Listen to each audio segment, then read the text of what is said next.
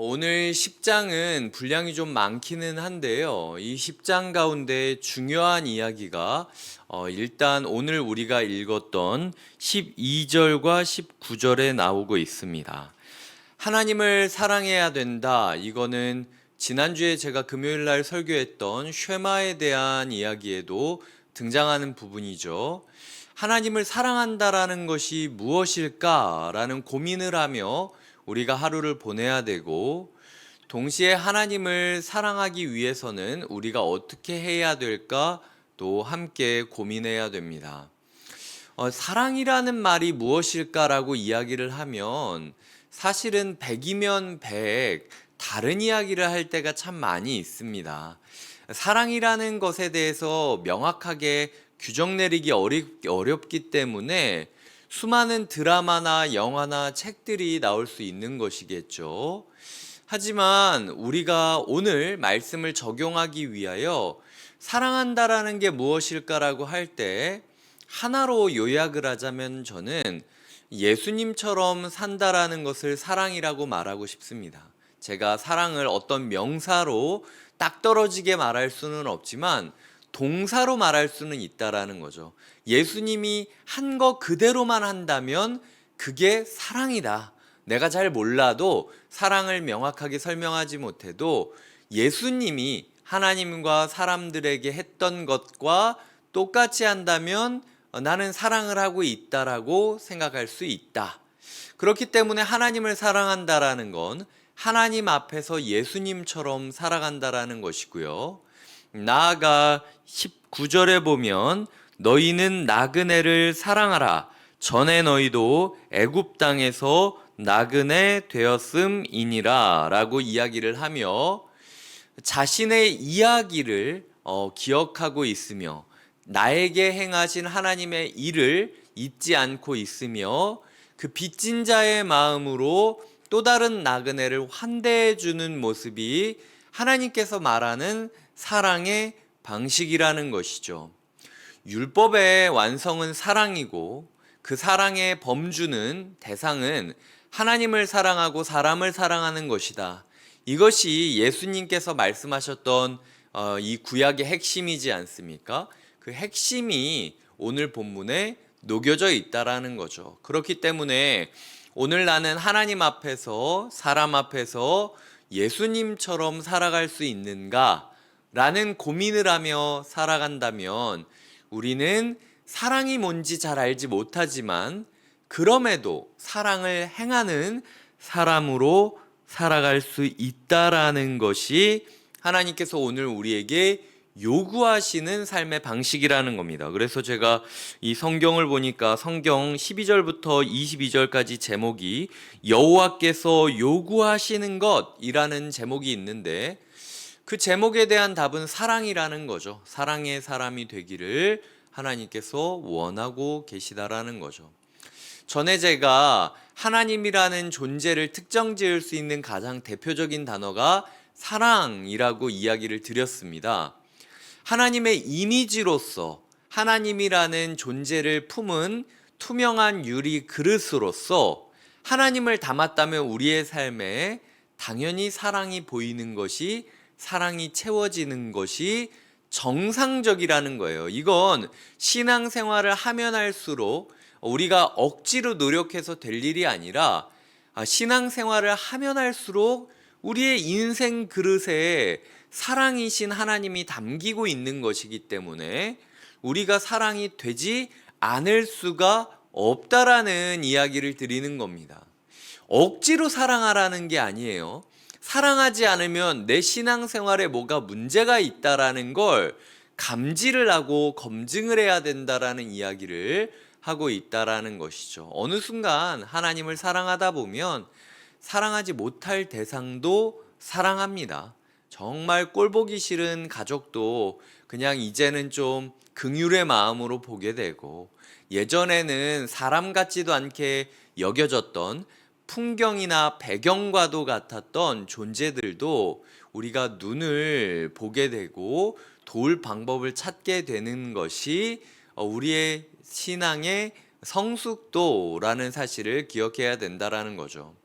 이것을 16절에 보면 너희는 마음에 할례를 행하고 다시는 목을 곧게 하지 말라라고 이야기를 하고 있습니다. 마음에 할례를 행하고 특별한 결단을 내며 인생에 있어서 도려낼 것을 도려내듯이, 또한 목을 곧게 하지 않은 채로 항상 고개 숙인 채로 하나님께 진정한 예배자로서 살아가는 것이 방금 말씀드렸던 날마다 하나님에게, 날마다 사람에게 예수처럼 대하는 것이라는 사실을 기억하며, 예수님이라면 오늘 하나님에 대하여 어떤 태도를 가지셨을까? 예수님이라면 오늘 내 눈앞에 있는 이 사람을 어떻게 해주셨을까라는 고민을 하며 성령님의 음성에 귀 기울여야 된다라는 이야기를 드리고 싶다라는 것이죠. 13절을 보면 내가 오늘 내 행복을 위하여 내게 명하는 여호와의 명령과 규례를 지킬 것이 아니냐라고 이야기를 합니다. 제가 아이에게 뭐 하지 말라, 뭐 해라 라고 이야기를 할 때 두 가지 마음이 있을 때가 있어요. 솔직히 하나는 제 아이를 지키기 위해서, 제 아이가 바르게 자라기를 바라는 마음으로 할 때가 있고요. 한때는 귀찮아서, 제가 너무 피곤해서, 힘들어서 좀 그만 좀 하자, 너 이것 좀 하지 마, 나 너무 힘들다, 이렇게 얘기할 때가 있다라는 거죠. 여호와께서 명령과 규례와 법도를 지키라고 할 때 우리가 때때로 후자를 생각할 때가 있습니다.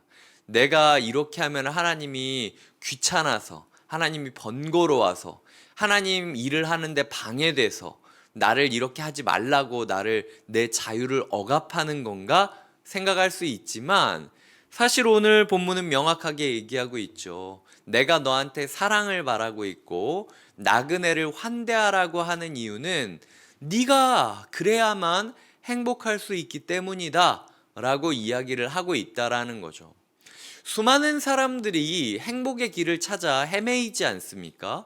어떻게 하면은 내가 더 행복할지, 이걸 가지면 행복할지, 저걸 사면 행복할지, 저 사람에게서 이런 이야기를 들으면 행복할지, 행복의 조건들을 찾고 있는데 오늘 본문은 명확하게 행복의 조건을 말하고 있는 거예요. 네가 하나님을 사랑하고 사람을 사랑하면 때로 너의 돈이 없고, 때로 사람들이 너를 오해하고, 때로 사람들이 너를 십자가에 못 박고, 때로 너 혼자 시체처럼 무덤 가운데 갇혀 있다라고 느껴지는 순간이라 할지라도 행복할 것이다.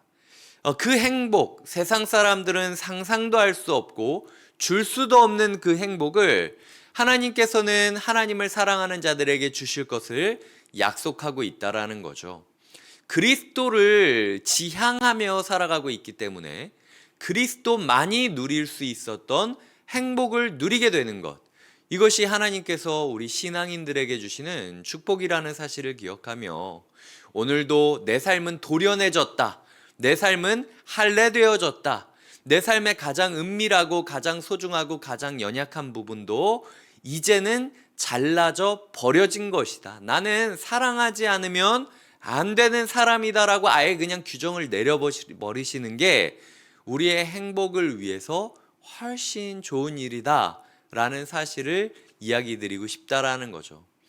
애써서 하루 종일 사랑했는데 마음 가운데 손해보는 마음만 가득해서 이 하루가 끝날 때마다 하나님한테, 하나님 왜 나만 맨날 이래야 됩니까? 하나님 왜 나만 맨날 뺏겨야 됩니까? 왜 나만 맨날 이렇게 주눅 들어 있어야 됩니까? 왜 나만 참아야 되는 겁니까? 라고 이야기하는 우리의 모습이 아니라, 하나님, 저만 하나님의 마음을 이해할 수 있던 거 맞죠? 오늘 제 주변에 있던 사람들 중에서 저만 예수처럼 살았던 거 맞죠? 하나님, 저 진짜 하나님 앞에서 제대로 살아보려고 애를 썼는데 하나님, 저 후회 없이 사는 거 맞죠? 라고 하나님 앞에 오늘 하루를 다른 방식으로 점검할 수 있는 것, 그것이 그리스도인들이 하루를 복귀하는 방식이라는 사실을 우리가 잊지 말아야 된다라는 것입니다. 기회는 항상 있어요. 오늘 본문 초반에 보면은 십계명 돌판을 깨트렸는데도 불구하고 하나님께서 다시 똑같은 말을 써주셨다라고 이야기를 하며 이 교훈들이 시작되고 있습니다. 기회는 다시 주어졌다라는 거죠. 심지어 하나님이 직접 써준 돌판을 모세가 화가 나가지고 집어 던졌을 때 제가 하나님이었으면은 모세를 가만히 두지 않았을 겁니다. 사실은 그 모세가 그 물 나오는 거 지팡이로 툭툭 쳐가지고 가나안 땅 못 들어갔다는 얘기보다 만약 이 상황에서 야, 너 감히 내가 써준 돌판을 네 마음대로 뿌개버린단 말이야? 너 가나안 땅 못 가. 이게 훨씬 더 제가 봤을 때는 설득력이 있을 정도예요. 하지만 그럼에도 불구하고 하나님은 모세에게 다시 기회를 주셨다. 사랑할 기회를 주신 거죠. 하나님을 사랑하고 하나님께 쓰임받아서 사람들을 돌볼 기회를 주어지게 되었다라는 것입니다. 하나님의 사람이 된다라는 것은 때로는 아무것도 없고 있지 않고 남들이 갖는 것이 없는 게 당연한 삶이 되는 것이 하나님의 사람의 삶이라는 것. 모세는 그 두 번째 기회를 얻었다라는 사실을 잊지 마셔야 됩니다. 그래서 오늘 레위에 대해서, 레위 지파에 대해서 뭐라고 이야기하냐면 8절과 9절에 보면 레위 지파를 구별했다라고 이야기를 하는데, 수많은 사람 중에서 특정 사람들을 구별했다라고 하면 뭔가 잘해줘야 되지 않겠습니까? 그런데 언약궤를 매게 했다. 자기의 짐이 아닌 다른 사람의 짐, 하나님의 짐을 짊어지게 했다라는 거죠. 지금 사막을 걷고 있고 내가 들고 있는 게 다 이삿짐인데 내 이삿짐을 포기하고 하나님 이삿짐을 짊어지고 가게 하는 거예요. 나도 벌어먹고 살기 빠듯한데 하나님 일하라고 부르셨다라는 거죠. 다음으로는 여호와 앞에 서서 그를 섬기며 라고 이야기를 하고 있죠. 남들은 하나님이랑 멀찍이 떨어져서 거리를 유지하고 편하게 신앙생활을 하는데 나는 자꾸 하나님 앞에서 들볶여지는 수고로움, 자꾸 양심의 가책을 받고 자꾸 뭔가 잘못하면 안 될 것 같은 죄책감 가운데 살아갈 때가, 부담감 가운데 살아갈 때가 있다라는 거예요. 거기다가 나의 인생을 위하여 기도하는 시간으로 보내는 것이 아니라 여호와의 이름으로 타인을 축복하는 나날을 보내게 만드셨던 게 레위 지파였다라는 거죠. 이걸 위해서 그의 형제 중에 분깃이 없고 기업이 없고 여호와가 그의 기업이 되신다라는 얘기를 하고 있다라는 거죠. 여기까지를 요약하자면 하나님은 오늘도 우리에게 이 아침, 이 새벽 말씀을 듣게 함으로써 돌판을 깨트리기만 했던 모세 같은 연약한 우리의 삶에 다시 한번 말씀을 따라 살아갈 기회를 주고 계심을 우리는 깨닫게 됩니다. 하나님의 말씀을 따라 산다라는 것은요, 사실은 굉장히 번거롭고 고통스러운 일이에요. 모세는 굳이 다시 올라가서 말씀을 들어야 했고, 레위 지파는 자기의 짐이 있음에도 불구하고 자기 손을 비우고 하나님의 언약궤를 짊어지고 두렵고 떨림의 부담감을 느끼며 날마다 자신을 위한 기도가 아니라 타인을 축복하는 인생을 살아야 했습니다. 남들은 다 갖고 있는 그 땅덩어리 조금조차도 갖지 못한 채로 하나님을 기업 삼아 살아가야 했던 게 레위 지파의 인생이라는 거죠. 신앙생활을 하면서 우리의 죄악과 연약함이라는 무거운 짐은 다 내려놔지기 마련이지만 그렇다고 우리의 인생이 내 마음대로 사라지는 것은 아닙니다. 내 죄악과 무게를 내려놓은 만큼 하나님을 향한 사랑과 사람을 향한 사랑의 부담감이 우리를 누르고 우리를 이끌어가는 것이 하나님께서 우리에게 요구하시는 하나님 백성의 도리라는 것이죠. 하지만 그럼에도 불구하고 우리가 이 길을 걸어야 되는 건 이 길 끝에는 반드시 행복이 있다고 하나님께서 약속하셨기 때문입니다.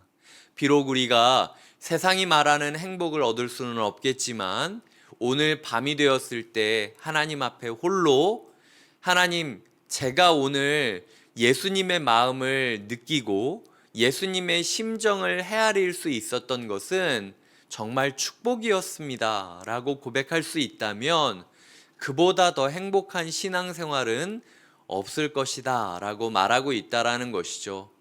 오늘 하루 우리가 어떻게 살아갈지 알지 못합니다. 어쩌면 우리도 오늘 흑암 속으로 다시 한번 걸어가야 되는 것이겠죠. 기상 예보를 보니까 이번 주 한 주간 굉장히 많이 추울 거라고 해요.